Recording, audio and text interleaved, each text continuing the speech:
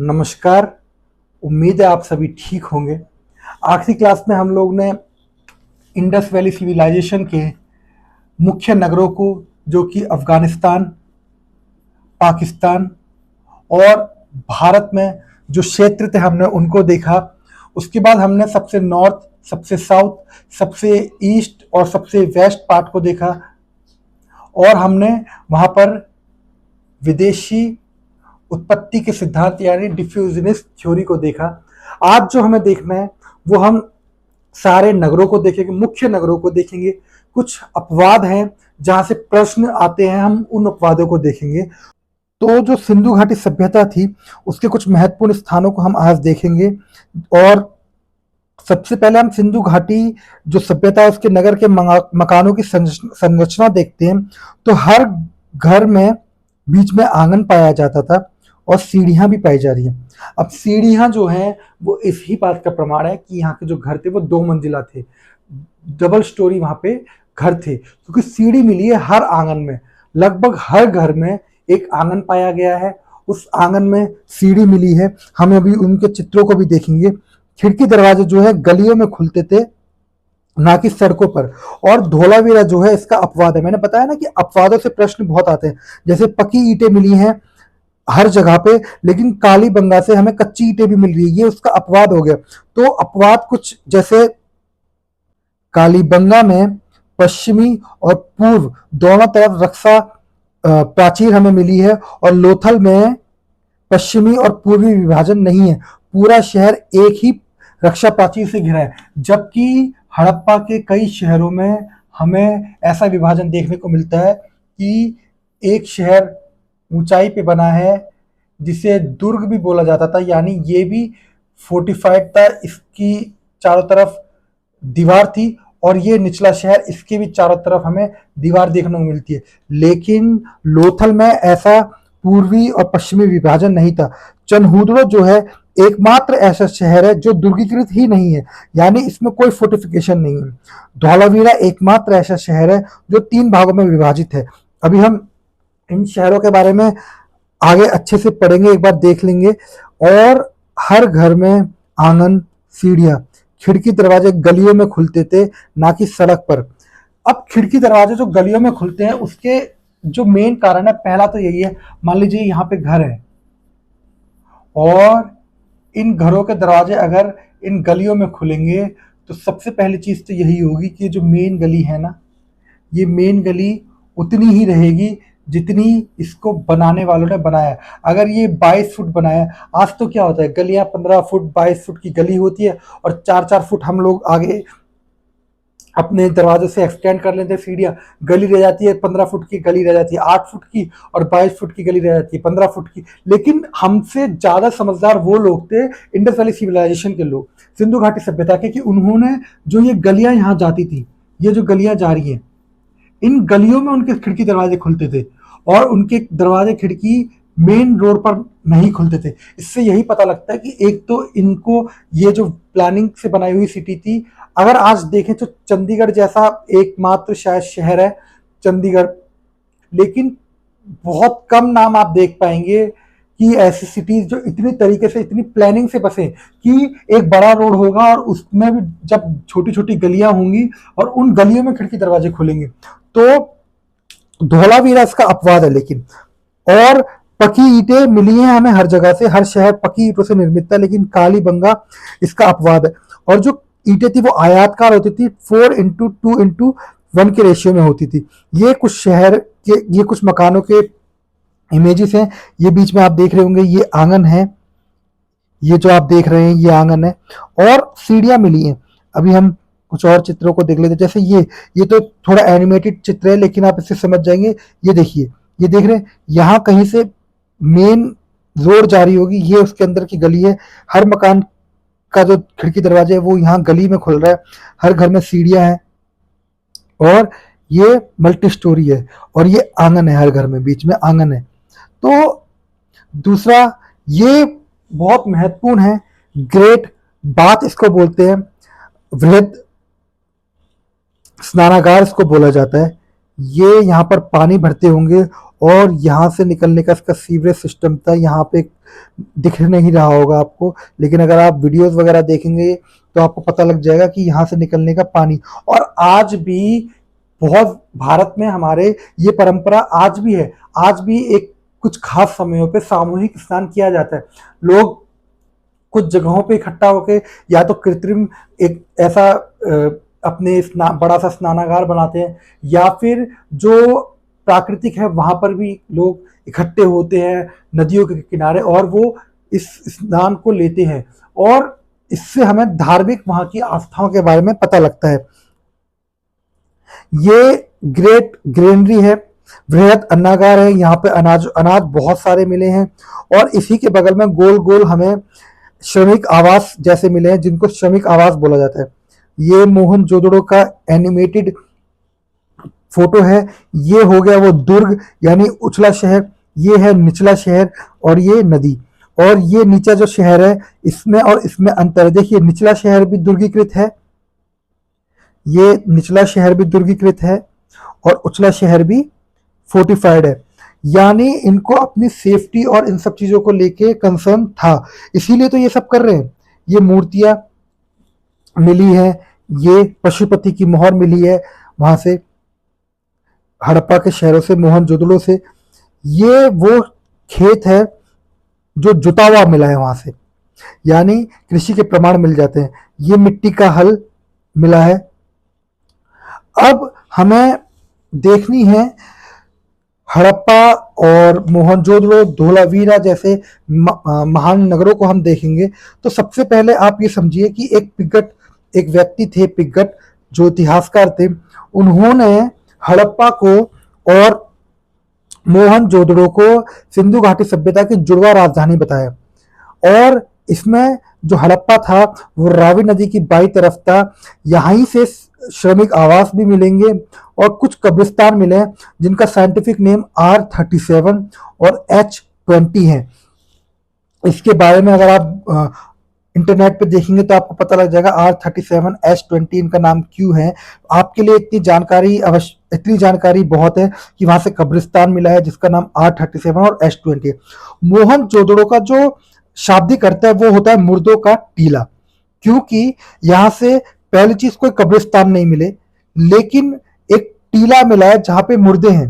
अब कुछ जो आर्कियोलॉजिस्ट है उन्होंने बोला, कुछ पुरातत्वविद हैं उन्होंने बोला, क्योंकि यहाँ से बहुत सारे मुर्दे मिल रहे हैं तो ये हम इस बात का प्रमाण है कि यहाँ पर युद्ध हुआ होगा। लेकिन बाद में कुछ इतिहासकार बोलेंगे कि युद्ध हम तभी तो मानेंगे जब इनमें कुछ तलवार या इनकी हड्डियां वगैरह टूटी होंगी, तो ऐसे कोई साक्ष्य नहीं मिलते। और ये जो मुर्दों का टीला है इसकी वजह से मोहनजोदड़ो का नाम मोहनजोदड़ो पड़ा। सिंधु नदी की ये दाहिनी तरफ पड़ता है और सबसे बड़ा नगर है ये पूरी सिंधु सभ्यता में। लेकिन भारत में यही सबसे बड़ा जो शहर है, सबसे बड़ा नगर है, ये राखीगढ़ी है। अब जब हम यहाँ पे बात कर रहे हैं ना सबसे बड़े नगर की, तो सबसे बड़ा नगर मतलब क्षेत्रफल या वर्ग में नहीं, सबसे बड़ा नगर उत्खनन के क्षेत्र में, यानी यहाँ की सबसे ज्यादा उत्खनन हुआ है, यहाँ पर सबसे ज्यादा चीजें मिलनी शुरू हुई है। और यहीं से वृहद अन्नागार मिला है, वृहद स्नानागार मिला है, कांसे की नर्तकी की मूर्ति मिली है, और पशुपति की मोहर भी मोहनजोदड़ो से ही प्राप्त हुई है।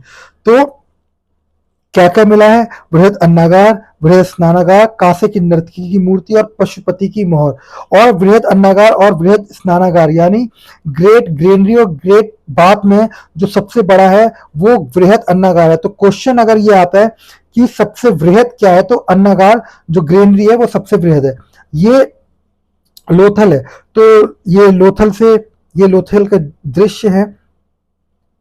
लोथल जो है वो भोगवा नदी के किनारे है। इसे लघु हड़प्पा और लघु मोहनजोदड़ो भी बोला जाता है। यहाँ से युग्मित शवाधान मिले हैं। युग्मित मतलब कपल पेयर में, यानी महिला और पुरुष के यहाँ से शव मिले हैं, जो कि जिनकी संख्या 3 है। यहाँ से अग्निकुंड मिला है और मन के बनाने का कारखाना भी यहाँ से मिला है। मन के बनाने का कारखाना, ये चित्र है लोथल के।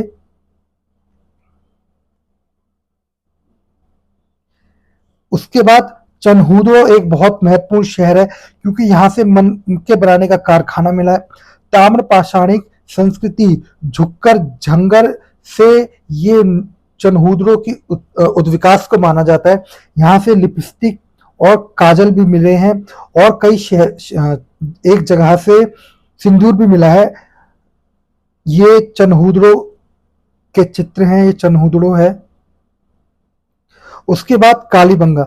कालीबंगा का मतलब होता है बैंगल्स ऑफ ब्लैक कलर, यानी काले रंग की चूड़ियां, और क्योंकि यहाँ से काले रंग की चूड़ियां मिली हैं इसी वजह से इसका नाम कालीबंगा है।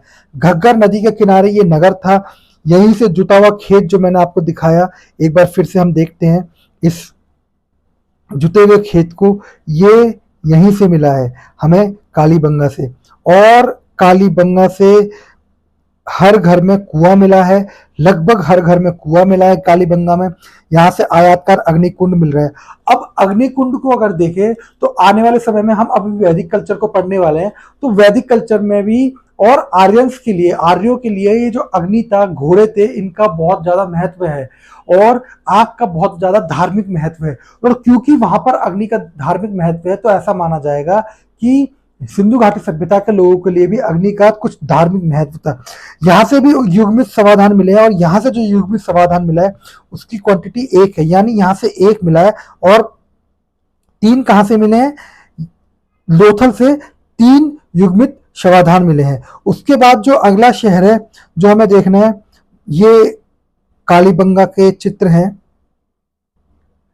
अगला जो शहर है वो है धौलावीरा। धौलावीरा बहुत ही महत्वपूर्ण शहर हो जाता है क्योंकि यहाँ से उन्नत जल संरक्षण की हमें प्रमाण मिलते हैं। यहाँ स्टेडियम मिला है, सफेद कुआं और सबसे बड़ा बोर्ड, साइन बोर्ड, और सबसे बड़े अक्षर वाला भी साइन बोर्ड हमें यहीं से मिला है। सबसे बड़ा साइन बोर्ड और सबसे बड़ा अक्षर वाला बोर्ड भी हमें यहीं से मिला है। ये जो हमने शुरुआत में एक फोटो देखी थी, ये धौलावीरा का लेआउट है। आप इसको देखिए, ये मनसर और मनहर नदी के किनारे हैं और इनके बीच में बसाया गया है। मनसर और मनहर नदी के बीच में वेल प्लान तरीके से एक भाग ये रहा, दूसरा भाग ये रहा, तीसरा भाग, और हर भाग फोर्टिफाइड है। और यहाँ देख सकते हैं आप, ये जलाशय बनाया है, रिजर्वायर बनाया है। रिजर्वायर बनाने का मतलब है कि इन्होंने बहुत प्लानिंग करी होगी तब जाके इन्होंने जलाशय बनाए हैं। जलाशयों का यूज ये ऐसे समय पे करते होंगे जब बरसात नहीं होती होगी, तो वहां पर उस पानी का प्रयोग ये खेती के लिए करते होंगे, अपने जानवरों को पिलाने के लिए करते होंगे। हरियाणा में हमें बनावली से मिट्टी का हल मिला है, राखी गढ़ी से जो है हमें कई सारी चीजें मिली है, और ये भारत में सबसे बड़ा, सबसे ज्यादा उत्खनन इसका हुआ है। कुड़ाल में, हिसार में चांदी का मुकुट मिला है। और अब हमें स्थल और खोजकर्ता जानने चाहिए। हड़प्पा दयाराम साहनी ने खोजा, मोहनजोदड़ो रखलदास बनर्जी ने, लोथल S.R. राव ने, चनहूदड़ो S.N. मजुमदार और मेके, कालीबंगा A.N. घोष, बनावली R.S. बिष्ट, सरकोटड़ा J.P. जोशी ने। और ये जो नदी के किनारे हैं, हड़प्पा रावी नदी के किनारे, मोहनजोदड़ो सिंधु नदी के किनारे, लोथल भोगवा नदी के किनारे, राखीगढ़ी और कालीबंगा घग्गर नदी के किनारे, रोपड़ सतलज के किनारे, मांडा चिनाब, आलमगीर हिंडन, दैमाबाद प्रवरा नदी और सुतकांगे डोर दक्ष नदी। यही है सबसे नॉर्थ, सबसे ईस्ट, सबसे साउथ और सबसे वेस्ट। मांडा जम्मू में, आलमगीरपुर उत्तर प्रदेश में, दैमाबाद महाराष्ट्र में और सुतकांगे डोर बलूचिस्तान में। नदी मांडा चिनाब नदी के किनारे, आलमगीरपुर जो है हिंडन नदी, और दैमाबाद प्रवरा नदी के किनारे, सुतकांगे डोर दक्ष नदी के किनारे। ये हमारा इंडस वैली सिविलाइजेशन का जो शहर थे, नगर थे, हमने इनको देख लिया। एक महत्वपूर्ण जो देखने वाली चीज है वो ये है कि जो हमने पढ़ा था देसी उत्पत्ति का सिद्धांत, उसको अब हम एक बार देखते हैं। हमें जो समझना है वो ऐसा है कि 7000 से हमने क्या पढ़ना शुरू किया था? स्टोन एज, 7000 से 8000। उसके बाद हमने 3500 और 2600 और यहाँ बांटेंगे हम लोग 1750 और ये लेट हड़प्पा। अब ये जो हमने बांटा है इसको बोलते हैं प्री हड़प्पा या प्राक हड़प्पा भी बोलते हैं, पूर्व हड़प्पा भी बोलते हैं। ये प्रोटो शब्द से तो आप अब जानते ही होंगे ये प्रोटो शब्द क्या है। प्रोटो मतलब किसी भी चीज के मैच्योर होने से पहले, और ये जो है ये है हड़प्पा का असली काल, यानी 2600 से 1750 जो है हड़प्पा का परिपक्व हड़प्पा का काल है। तो हमें यही देखना है कि जो देसी उत्पत्ति का सिद्धांत है वो हम क्यों बोल रहे हैं कि जो इंडस वैली सिविलाइजेशन है ये देसी संस्कृतियों से या ताम्रपाषाणिक संस्कृतियों तक ग्रामीण संस्कृतियों से इवॉल्व हुई, ना कि मेसोपोटामिया के लोग यहाँ पर आके उसको बसा के चले गए। तो 7000 से 6000 बीसी में बलूचिस्तान और अफगानिस्तान के मेहरगढ़, किलीगुल मोहम्मद, मुंडीगात में कुछ ग्रामीण संस्कृतियां एग्जिस्ट करती थी, जो कि पशुपालन या कृषि के वहां से साक्ष्य मिले हैं। निवास और घरों के वहां से प्रारंभिक साक्ष्य हमें मिलेंगे।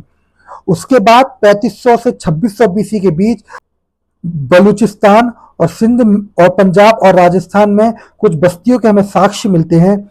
और इस काल में महत्वपूर्ण स्थान जो है आमरी, कोट दीजी, गणेश्वर, कालीबंगा, बलूचिस्तान की भी कुछ ग्रामीण संस्कृतियों के हमें प्रमाण मिलते हैं।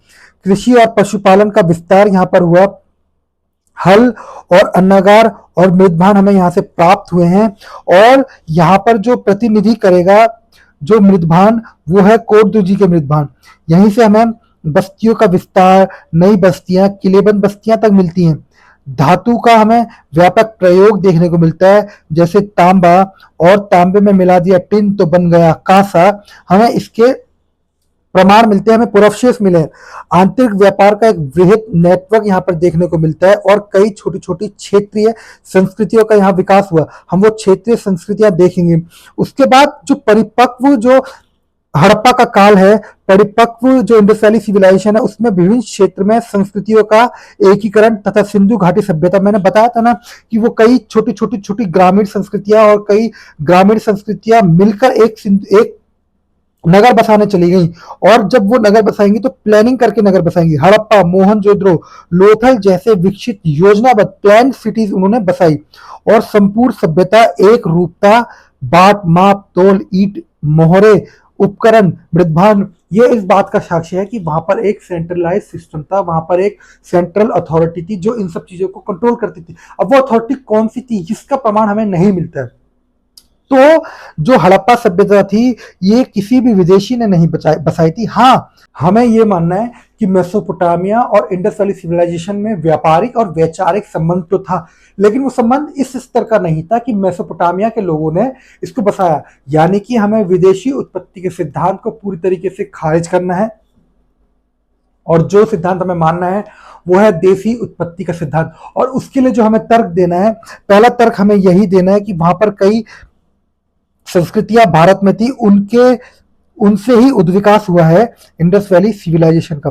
अब वो जो संस्कृतियां थी सिंध और बलूचिस्तान की, वो 3500 से 2600 वाले समय में कुल्ली बलूचिस्तान में, आमरी नाल जो है सिंध के आमरी में और बलूचिस्तान के नाल नदी घाटी में स्थित थी, क्वेटा बलूचिस्तान में, झोप संस्कृति बलूचिस्तान में, कोट दीजी संस्कृति सिंध और बलूचिस्तान में। और इन्हीं संस्कृतियों से, इन्हीं ग्रामीण संस्कृतियों से, इन्हीं कल्चर से इंडस वैली सिविलाइजेशन का जो उद्विकास है, उद्भव है, वो हो रहा है।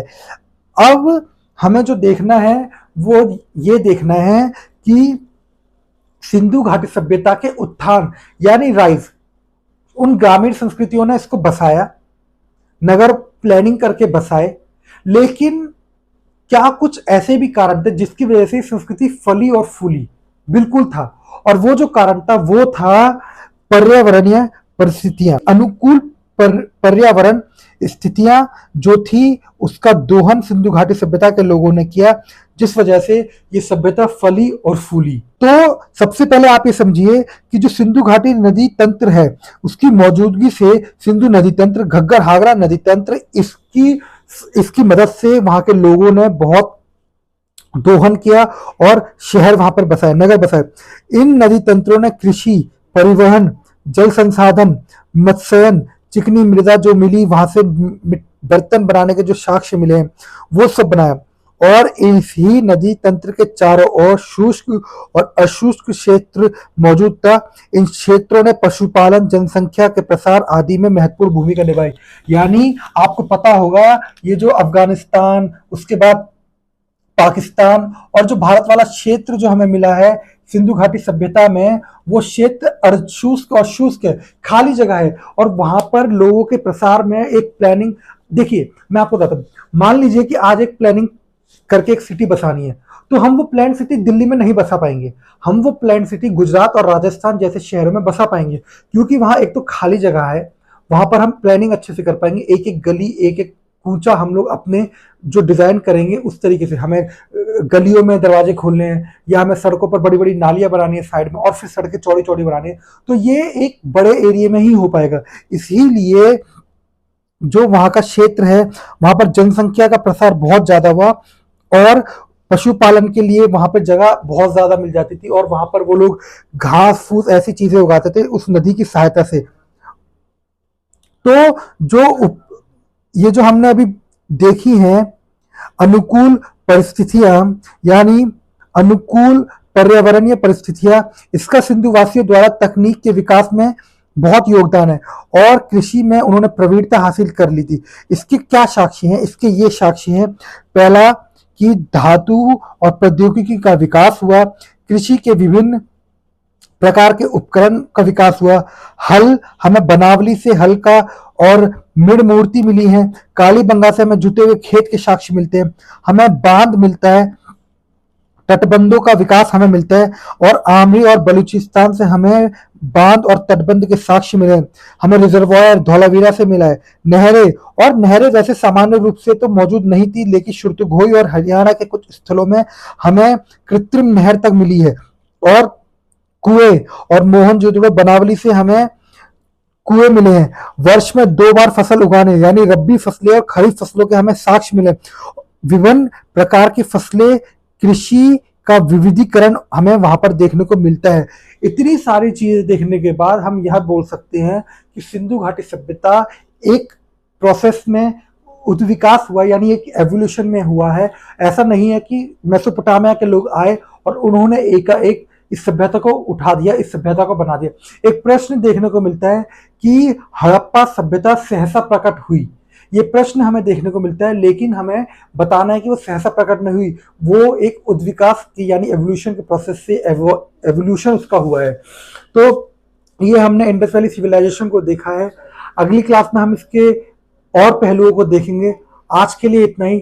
Thank you so much.